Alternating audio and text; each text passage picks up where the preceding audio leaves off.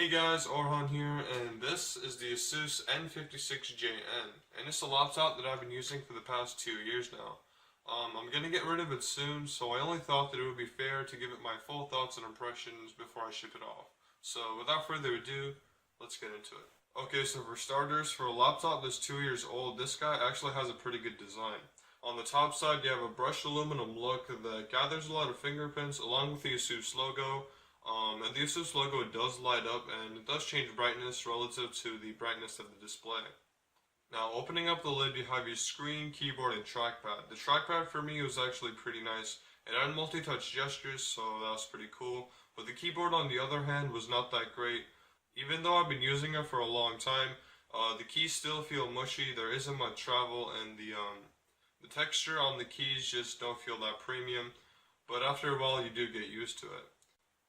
And the screen is a 1080p matte display. It's nothing special, just a normal 1080p screen. And on top of that, you have the 1080p webcam, which actually looks pretty good by today's standards. Now above the keyboard you have two buttons. One of them is obviously for the power button, but the one on the left side is a custom programmable button that you can program to do whatever you want.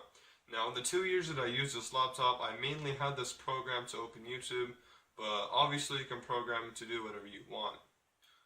The speakers are actually pretty nice as well. They're powered by Bang & Olufsen Ice Power.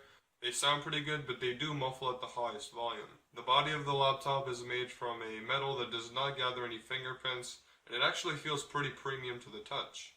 Now inside that metal body you have an Intel Core i7 4710 HQ CPU, clocked between 2.5 to 3.5 GHz, along with the NVIDIA GT 840M with 2 gigs of DDR3V RAM and 8 gigs of DDR3G RAM, along with a 750/5400 RPM hard drive.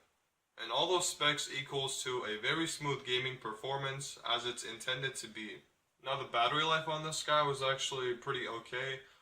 You get 3 hours of casual web browsing, 2 hours of Netflix, so that's pretty nice, and just barely over an hour of casual gaming. But if you're doing anything heavier than that, you probably want to be plugged in, because if you're doing very heavy gaming using the GPU, this thing can run out in 15 to 30 minutes, so you probably want to be plugged in for that. And since this is a gaming laptop, all the specs and features will be towards the gaming side of things, but this laptop is still great for things like video editing. In fact, even though this is a gaming laptop, I rarely even use this as a gaming laptop.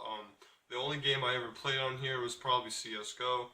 I mainly use this thing for video editing and, casual web browsing, coding, and just YouTube. And yeah, that's basically it. Not much of a review, just my thoughts and impressions, during the time that I had this laptop and how it performed. And yeah, that's basically it. Till next time, it's Orhan. Don't forget to subscribe, and I'll see you guys to the next one.